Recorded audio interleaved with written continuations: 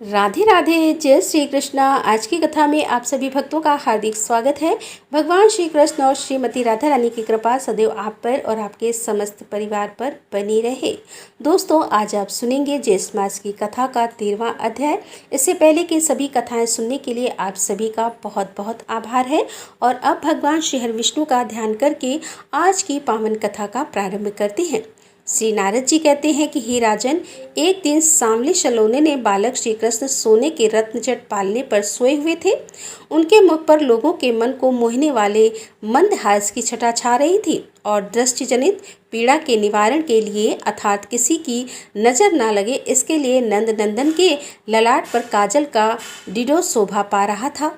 कमल के समान सुंदर नेत्रों में काजल लगा था। अपने उस सुंदर लाला को मैया यशोदा ने गोद में ले लिया। वे बाल मुकुंद पैर का अंगूठा चूस रहे थे। उनका स्वभाव चपल था।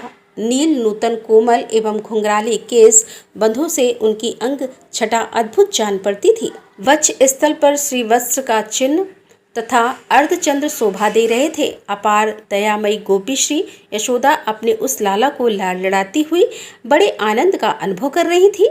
हे राजन, बालक श्री कृष्ण दूध पी चुके थे। उन्हें जम्हाई आ रही थी। माता की दृष्टि उधर पड़ी तो उनके मुख में पृथ्वी आदि 5 तत्वों से संपूर्ण विराट अर्थात ब्रह्मांड तथा इंद्र प्रवर्ति श्रेष्ठ देवता दृष्टि गोचर हुए। तब श्री यशोदा के मन में त्रासचा छा गया। उन्होंने अपनी आंखें मूंद ली कि हे महाराज, परिपूर्णम भगवान श्री कृष्ण सर्वश्रेष्ठ है। उनकी ही माया से संपूर्ण संसार सतावादी माया के प्रभाव से यशोदा जी की स्मृति टिक न सकी। फिर अपने बालक श्री कृष्ण पर उनका वात्सल्य पूर्ण दया भाव उत्पन्न हो गया। अहो, श्री नंद रानी के तप का वर्णन कहाँ तक करूं? श्री बहुला जी ने पूछा कि हे मुनिवर, नंद जी ने यशोदा के साथ कौन सा महान तप किया था जिसके प्रभाव से भगवान श्री कृष्णचंद्र उनके यहाँ पुत्र के रूप में प्रकट हुए? श्री नारद जी ने कहा, 8 बुओं में प्रधान जो द्रोण नामक वसु है, उनकी स्त्री का नाम धरा है। इन्हें संतान नहीं थी। वे भगवान श्री कृष्ण के परम भक्त थे। देवताओं के राज्य का भी पालन करते थे। हे राजन, एक समय पुत्र की अभिलाषा होने पर ब्रह्मा जी के आदेश से वे अपनी सहधर्मिणी धरा के साथ तप करने के लिए मंदरांचल पर्वत पर गए। वहां दोनों दंपति कंदमूल एवं फल खाकर अथवा सूखे पत्ते चबाकर तपस्या करते थे। बाद में जल के आधार पर उनका जीवन चलने लगा। तदंतर उन्होंने जल पीना भी बंद कर दिया। इस प्रकार जल शून्य देश में उनकी तपस्या चलने लगी। उन्हें तप करते जब 10 करोड़ वर्ष बीत गए तब ब्रह्मा जी प्रसन्न होकर आए और बोले कि वर मांगो। उस समय उनके ऊपर डीमके चढ़ गई थी। अतः उन्हें हटाकर द्रोण अपनी पत्नी के साथ बाहर निकले। उन्होंने ब्रह्मा जी को प्रणाम किया और विधिवत उनकी पूजा की। उनका मन आनंद से उल्लास हो उठा। वे उन प्रभु से बोले। श्री द्रोण ने कहा कि हे ब्राह्मण, हे विधे परिपूर्णम जनार्दन, भगवान श्री कृष्ण मेरे पुत्र हो जाएं और उनमें हम दोनों की प्रेम लक्षणा भक्ति सदा बनी रहे, जिसके प्रभाव से मनुष्य दुर्लभ जन्म भवसागर को सहज ही पार कर जाता है। हम दोनों तपस्वी जनों को दूसरा कोई वर अभिलेषित नहीं है। तब श्री ब्रह्मा जी बोले कि तुम लोगों ने मुझसे जो वर मांगा है वह कठिनाई से पूर्ण होने वाला है और अत्यंत दुर्लभ है। फिर भी दूसरे जन्म में तुम लोगों की अभिलाषा अवश्य पूरी होगी। श्री नारद जी कहते हैं कि हे राजन, वे दोनों ही इस पृथ्वी पर नंद हुए और धरा ही यशोदा नाम से विख्यात हुई।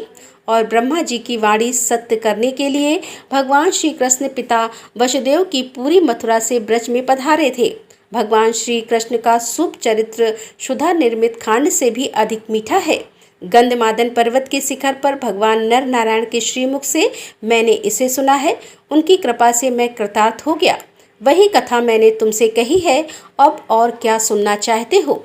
श्री बहुला स्वयं ने पूछा कि हे महामुनि, शिशु रूपधारी सनातन पुरुष भगवान श्री हरि ने बलराम जी के साथ कौन कौन सी लीलाएं की, यह मुझे बताइए। श्री नारद जी ने कहा कि हे राजन, एक दिन वसुदेव जी के भेजे हुए महामुनि गंगाचार्य अपने शिष्यों के साथ नंद भवन में पधारे। नंद जी ने पाद आदि उत्तम उपचारों के द्वारा मुनिश्रेष्ठ गर की विधिवत पूजा की और प्रदक्षिणा करके उन्हें साष्टांग प्रणाम किया। नंद जी बोले, आज हमारे पितर देवता और अग्नि सभी संतुष्ट हो गए हैं और आपके चरणों की धूलि पड़ने से हमारा घर परम पवित्र हो गया है। हे महामने, आप मेरे बालक का नामकरण कीजिए। विप्र, प्रभु अनेक पुण्य और तीर्थों का सेवन करने पर भी आपका शुभागमन सुलभ नहीं होता। श्री गर्ग जी ने कहा कि हे नंदराज जी, मैं तुम्हारे पुत्र का नामकरण करूंगा, इसमें कोई संशय नहीं है, किंतु कुछ पूर्व काल की बात बताऊंगा, अतः एकांत स्थान में चलो। श्री नारद जी कहते हैं कि हे राजन, तदंतर गर्ग जी नंद, यशोदा तथा दोनों बालक श्री कृष्ण एवं बलराम को साथ लेकर गौशाला में, जहाँ पर दूसरा कोई नहीं था, वहाँ चले गए। वहाँ उन्होंने उन बालकों का नामकरण संस्कार किया। सर्वप्रथम उन्होंने गणेश आदि देवताओं का पूजन किया, फिर यत्न पूर्वक ग्रहों का शोधन अर्थात विचार करके हर्ष से पुलकित हुए महामुनि गंगाचार्य नंद से बोले। गर्ग जी ने कहा, यह जो रोहिणी के पुत्र हैं, इनका नाम बताता हूँ, सुनो। इसमें योगी जन रमण करते हैं अथवा यह सब में रमते हैं या अपने गुणों द्वारा भक्त जनों के मन को रमाया करते हैं।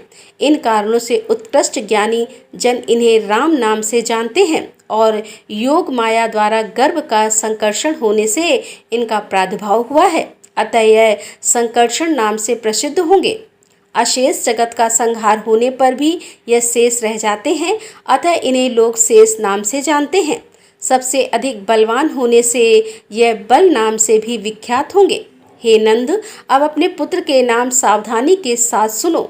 यह सभी नाम तत्काल प्राणी मात्र को पावन करने वाले तथा चराचर समस्त जगत के लिए परम कल्याणकारी हैं। का अर्थ है कमलाकांत, री का अर्थ है राम और शा अक्षर दिवित्रा भगवान विष्णु का वाचक है, ड़ा नरसिंह का प्रतीक है और अंकार अक्षर अग्निभूक अर्थात अग्निरूप के हविष्य के भोक्ता अथवा अग्निदेव के रक्षक का वाचक है तथा दोनों विसर्ग रूप बंधु नर नारायण के बोधक हैं। यह हो पूर्ण तत्व जिस महामंत्र रूप परिपूर्णम शब्द में लीन है, वह इसी व्युत्पत्ति के कारण कृष्ण कहा गया है। अतः इस बालक का एक नाम कृष्ण अंग कांति को प्राप्त हुआ है, इस कारण यह नंद नंदन कृष्ण नाम से विख्यात होगा। इनका एक नाम वासुदेव भी है। इसकी वे उत्पत्ति इस प्रकार से है। वसु नाम है, इंद्रियों का इनका देवता है। चित्त, उस चित्त में स्थित रहकर जो चेष्टा सल है, उन अंतर्यामी भगवान को वासुदेव कहते हैं। ब्रजभानु की पुत्री राधा जो कीर्ति के भवन में प्रकट हुई हैं, उनके यह साक्षात प्राणनाथ बनेंगे, अतः इनका नाम राधापति भी है, जो साक्षात परिपूर्णम स्वयं भगवान श्री कृष्ण चंद्र हैं। असंख्य ब्राह्मण जिनके अधीन हैं और जो गोलोक धाम में विराजते हैं, वे ही परम प्रभु तुम्हारे यहाँ बालक रूप से प्रकट हुए हैं। पृथ्वी का भार उतारना, कंस आदि दुष्टों का संहार करना और भक्तों की रक्षा करना, यही इनके अवतार के उद्देश्य हैं। भरतवंश, उद्धत, नंद, इनके नामों का अंत नहीं है। वे सब नाम वेदों में गुण रूप से कहे गए हैं। इनकी लीलाओं के कारण भी उन कर्मों को लेकर आश्चर्य नहीं करना चाहिए। तुम्हारा अहोभाग्य है, क्योंकि जो साक्षात परिपूर्णम परात पर भी श्री पुरुषोत्तम प्रभु हैं, वे तुम्हारे घर पुत्र के रूप में शोभा पा रहे हैं। श्री नारद जी कहते हैं कि हे राजन, यूँ कहकर श्री गर्ग जी जब चले गए, तब प्रमुदित हुए महामती नंदराय ने यशोदा सहित अपने को पूर्ण काम एवं कृत्य माना और तदंतर ज्ञान शिरोमणि ज्ञानदाता मुनि श्रेष्ठ गर्ग जी यमुना तट पर सुशोभित ब्रजभानु जी की पुरी में पधारे। छत्र धारण करने से वे दूसरे इंद्र की तथा दंड धारण करने से वे साक्षात धर्मराज की भांति सुशोभित होते थे। साक्षात दूसरे सूर्य की भांति वे अपने तेज से संपूर्ण दिशाओं को प्रकाशित कर रहे थे। पुस्तक तथा मेखला से युक्त प्रिय गर्ग दूसरे ब्रह्मा की भांति प्रतीत होते थे। शुक्ल वस्त्र से सुशोभित होने के कारण वे भगवान विष्णु की सी भी शोभा पाते थे। उन मुनि श्रेष्ठ को देखकर ब्रजभानु ने तुरंत उठकर अत्यंत आदर के साथ सिर झुकाकर उन्हें प्रणाम किया और हाथ जोड़कर वे उनके सामने खड़े हो गए। पूजन उपचार के ज्ञाता ब्रजभानु ने मुनि को एक मंगलमय आसन पर बिठाकर पाद आदि के द्वारा उन ज्ञान शिरोमणि गर्ग का विधिवत पूजन किया। फिर उनकी परिक्रमा करके महान ब्रजभानु व इस प्रकार बोले। श्री ब्रजभानु ने कहा, संत पुरुषों का विचरण अशांतिमय है, क्योंकि यह गृहस्थ जनों को परम शांति प्रदान करने वाला है। मनुष्यों के भीतर अंधकार का नाश महात्मा जन ही करते हैं, सूर्यदेव नहीं। हे भगवान, आपका दर्शन पाकर हम सभी गोप पवित्र हो गए हैं। भूमंडल पर आप जैसे साधु महात्मा पुरुष तीर्थों को भी पावन बनाने वाले होते हैं। हे मुने, मेरे यहाँ एक कन्या हुई है जो मंगल की धाम है और जिसका राधिका नाम है। आप भली बात विचार कर ये बताने की कृपा कीजिए कि इसका शुभ विवाह किसके साथ किया जाए। सूर्य की भांति आप तीनों लोकों में विचरण करते हैं। आप विदित दर्शन हैं।